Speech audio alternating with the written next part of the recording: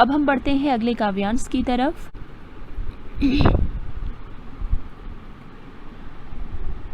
ममता के बादल की मंडराती कोमलता, भीतर पिराती है, कमज़ोर और अक्षम हो गई है आत्मा यह, छटपटाती छाती को भवितव्यता डराती है, बहलाती सहलाती आत्मीयता बर्दाश्त नहीं होती है। अब देखिए, इस काव्यांश के प्रसंग की बात यदि हम करें तो प्रिय का जो आत्मीय व्यवहार है कवि को आत्मग्लानि से भर देता है। इस काव्यांश का अर्थ देखिए। ममता के बादल की मंडराती कोमलता, भीतर पिराती है, हूँ की जगह पर आप है पढ़ें इसे। ममता के बादल की मंडराती कोमलता भीतर पिराती है। हे प्रिय, ममता के बादल की कोमलता, कवि कहता है कि हे प्रिय, ममता के बादल की जो कोमलता है वह मेरे मन के भीतर पिराती है, अर्थात दर्द देती है, पीड़ा पहुंचाती है। कवि ममता के एहसास से बहुत डर गया है और उसकी आत्मा, उसकी अंतरात्मा कमज़ोर और क्षमताहीन हो गई है। कवि कहता है कि मेरी आत्मा कमज़ोर और अक्षम हो गई है, आत्मा यह। प्रिय के जो ममता के बादल हैं उससे कवि की आत्मा कमज़ोर और अक्षम हो गई है, अर्थात क्षमताहीन हो गई है। कवि कहता है कि मैं छटपटाती छाती को भवितव्यता डराती है, कि मैं भविष्य के बारे में जब भी सोचने लगता हूँ, भवितव्यता अर्थात भविष्य के बारे में कवि जब भी कुछ सोचने लगता है तो दुख से कवि की छाती छटपटाने लगती है और उसका भविष्य कैसा होगा इस कल्पना से ही कवि का मन जो है वो कांपने लगता है। और कवि कहता है बहलाती सहलाती आत्मीयता बर्दाश्त नहीं होती है। कवि कहता है कि तुम्हारा यह बहलाना सहलाना और तुम्हारा यह अपनापन मुझसे अब सहन अर्थात बर्दाश्त अर्थात सहन नहीं होता। मेरे मन में यह अपराध बोध है, यानी मेरा मन जो है वो आत्मग्लानि से भर गया है कि क्या मैं अपने आप कुछ भी करने में सक्षम नहीं हूँ, क्योंकि कवि के जीवन में सब कुछ प्रिय के कारण ही है।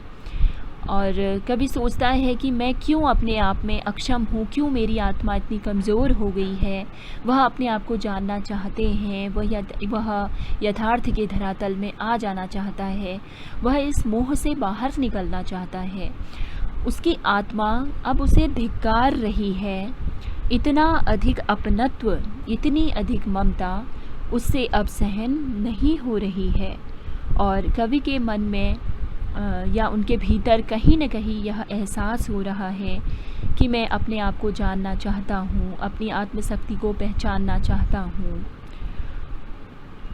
अब इस काव्यांश के काव्यगत सौंदर्य की बात हम करते हैं तो वो इस प्रकार से होगा। अत्यधिक संरक्षण या हित चिंता जहाँ पर होती है वहाँ पर असुरक्षा की भावना हमारे मन में उभर आती है, उसकी चिंता हम करने लगते हैं और वो हमारी आत्मा को ज़्यादा दुर्बल बना देती है। इस काव्यांश की भाषा की बात यदि हम करें तो इसमें साहित्यिक खड़ी बोली का प्रयोग किया गया है। ममता के बादल में रूपक अलंकार है, छटपटाती छाती बहलाती सहलाती में यहाँ पर अनुप्रास अलंकार है। अब हम अगले काव्यांश की तरफ बढ़ते हैं। सचमुच मुझे दंड दो कि हो जाऊं पाताली अंधेरे की गुफाओं में, विवरों में धुएं के बादलों में बिल्कुल मैं लापता, लापता कि वहाँ भी तो तुम्हारा ही सहारा है। इसलिए कि जो कुछ भी मेरा है या मेरा जो होता सा लगता है, होता सा संभव है, सभी वह तुम्हारे ही कारण के कार्यों का घेरा है, कार्यों का वैभव है।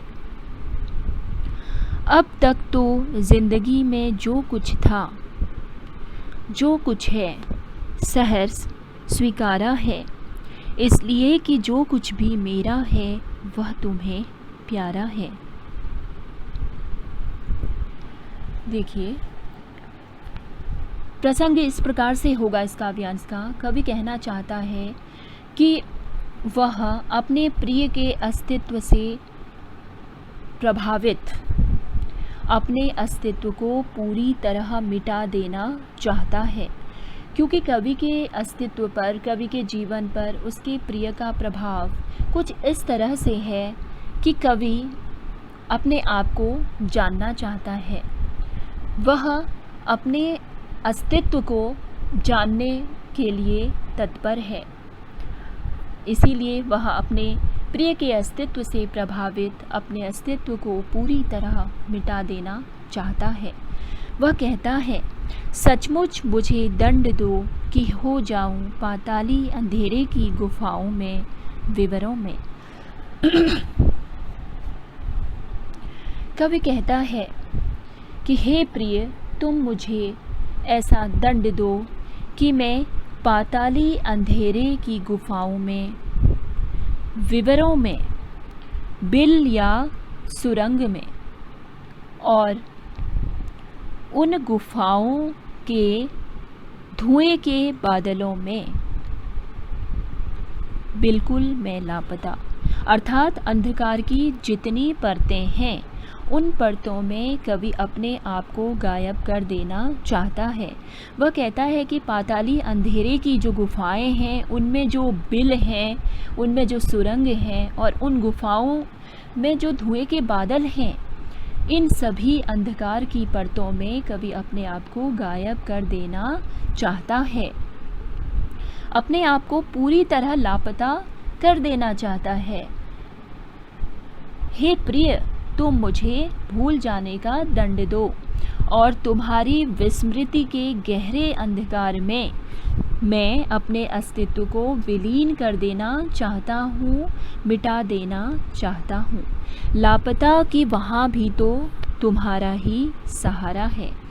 देखिए अब कवि क्या कहता है, लेकिन विडंबना तो यह है कि वहाँ भी मुझे तुम्हारा ही सहारा मिलेगा, अर्थात ऐसी अंधकार वाली जगह पर जाकर भी उसे अपने प्रिय का ही सहारा मिलेगा, और उसकी वह स्थिति भी अपने उस प्रिय के कारण ही होगी। इसलिए कि जो कुछ भी मेरा है या मेरा जो होता सा लगता है, होता सा संभव है, सभी वह तुम्हारे ही कारण के कार्यों का घेरा है, कार्यों का वैभव है। अब कवि अपनी सारी स्थितियों के लिए अपने प्रिय को ही उसका योगदान देना चाहता है। कवि कहता है कि मैं अपने प्रिय से कितना भी अलग होने की कोशिश करूं, कितना भी प्रयास करूं कि मैं उससे दूर हो जाऊं, लेकिन कवि कहीं न कहीं अपने प्रिय को क्या करता है, खुद से जुड़ा हुआ पाता है। वैसी स्थिति में भी, उन अंधकार की परतों में भी कवि को अपने प्रिय का ही सहारा होगा। यह भी एक क्या है, विडंबना है। अब देखिए कवि ने यहाँ पर अपने व्यक्तित्व के निर्माण में प्रिय के योगदान को स्वीकार किया है, इसलिए कि जो कुछ भी मेरा है या मेरा जो होता सा लगता है, होता सा संभव है, सभी वह तुम्हारे ही कारण के कार्यों का घेरा है, कार्यों का वैभव है। कवि कहता है कि जो कुछ भी वर्तमान में मेरा है, कि जो कुछ भी वर्तमान में मेरा है, या जो कुछ भी मेरा जो होता सा लगता है, या जो कुछ भी भविष्य में मेरा होगा, वह सब कुछ तुम्हारी प्रेरणा से ही मेरे जीवन में घटित हो रहा है।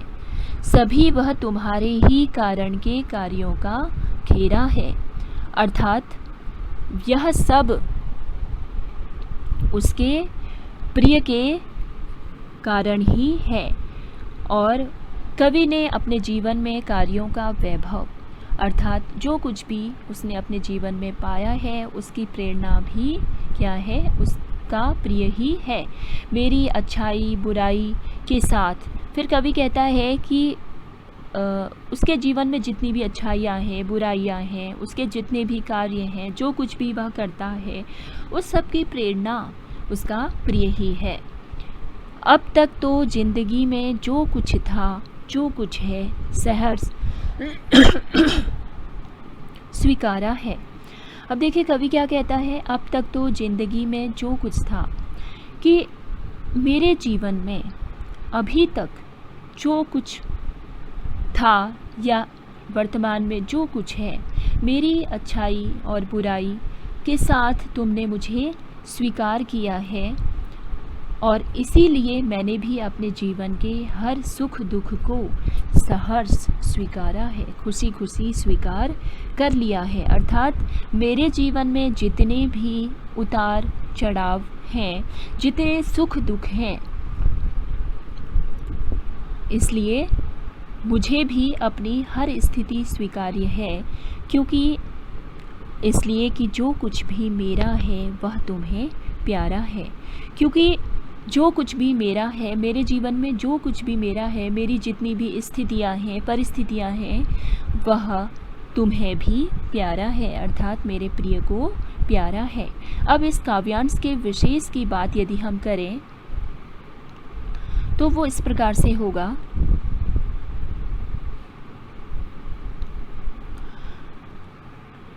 कवि की अपने प्रिय के प्रति प्रेम में अनन्य गहराई व्यक्त हुई है और लापता कि वहाँ भी तो तुम्हारा ही सहारा है। पंक्ति में विरोधाभास अलंकार है और दंड दो और कारण के कार्यों में अनुप्रास अलंकार है।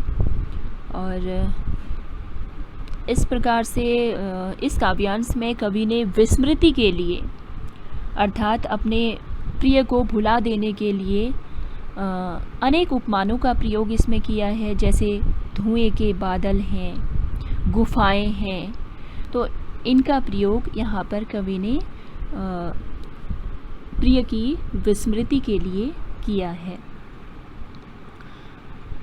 मेरा यह वीडियो यहीं पर समाप्त होता है।